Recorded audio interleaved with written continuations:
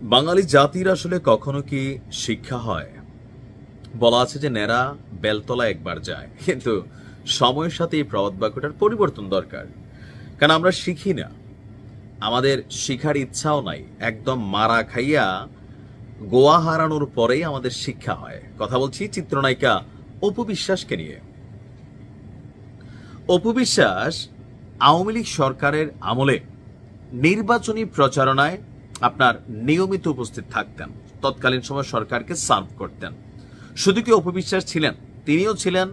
চিত্রনায়ক নায়িকারা একটা ঝাঁক তৈরি হয়ে গেছিল আওয়ামী পন্থী নায়ক নায়িকা, বা আমরা তাদেরকে ওইভাবে একটা সময় ভাবতে শুরু করলাম। এজ এ রেজাল্ট কি হলো, সরকার পতনের পর অনেক নায়ক নায়িকা এদের কি অবস্থা আপনি দেখতেছেন না?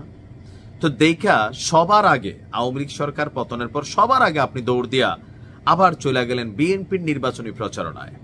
মানে এই জিনিসগুলো থেকে আসলে শিক্ষণীয় কি কিছু আছে? নেট দুনিয়ায় এটা নিয়ে বিপুল সমালোচনার ঝড় বইছে। বিগত সরকারের আমলে আওয়ামী লীগের হয়ে প্রচারণা চালানো অপু বিশ্বাস এবার বিএনপির নির্বাচন অনুষ্ঠানে যোগ দিয়ে নতুন কন্ট্রোভার্সি তৈরি করলেন।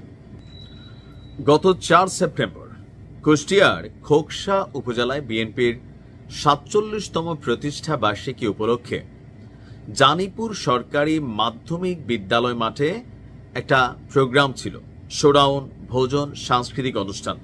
তো সেখানে ছিলেন আপনার আরেকজন চিত্রনায়ক নীরব হোসেনও।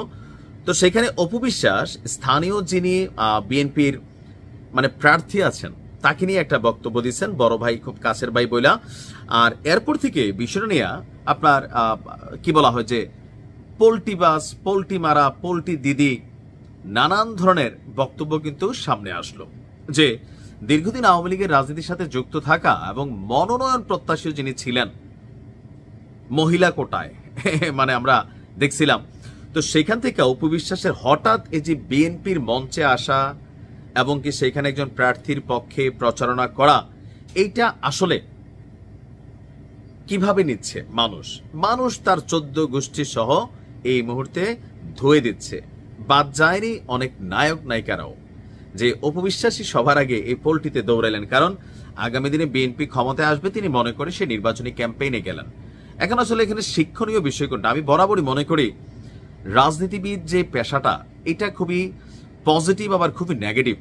অন্তত এই 5ই আগস্ট সরকার পতনের পর যাদের এখনো চেতনার জায়গাটা হয় নাই যে ভাই রাজনীতিবিদরা করতে দেন, আপনি ব্যবসায়ী, আপনার রাজনীতি করার সুযোগ নাই, আপনার প্রতিষ্ঠান মুহূর্তের মধ্যে নাই হবে। কারণ এই সরকার পতনের পর বিবিসির রিপোর্ট হচ্ছে 239টা কোম্পানি বন্ধ হয়ে গেছে। আপনি খুঁজে দেখেন, এর মধ্যে 2-1টা হয়তো অন্য ইস্যুতে থাকলেও সবগুলা কোম্পানি পলিটিক্যাল বাটে পড়ে কিন্তু বন্ধ হয়েছে।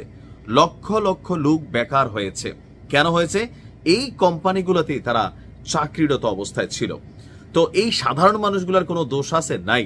বেসিক্যালি এই কোম্পানিগুলোর যারা ওনার আছেন তারা রাজনীতিতে সংশ্লিষ্ট ছিলেন, সরকারের প্রেক্ষাপট পরিবর্তন হয়েছে, তারা দেশ ছেড়ে ভাইগা গেছে, তাদের কোম্পানিগুলো বিভিন্ন আইনে বাটে পইড়া বন্ধ হয়ে গেছে। অনেক রাজনৈতিক শিল্পীরা, সিদ্দিককে দেখেন এখন জেলে আছে, এরকম অনেকেই বাটে পড়ে গেছে। তো এগুলো থেকে আমার কাছে মনে হয় ব্যবসায়ী, খেলোয়াড়, সাকিব আল হাসানকে দেখেন, মাশরাফিকে দেখেন, সবাই পছন্দ করতে, শুধুমাত্র আওয়ামী লীগের রাজনীতি করার কারণে অপছন্দ করছে। আবার দেখেন শিল্পী আসিফ শুধুমাত্র বিএনপি করার কারণে, বেবি নাজদিন বিএনপি করার কারণে আওয়ামী লীগ সরকারের রোষানলে ছিল, বাটে পড়া ছিল, অন্য কারণে না, পাসপোর্ট জব্দ ছিল।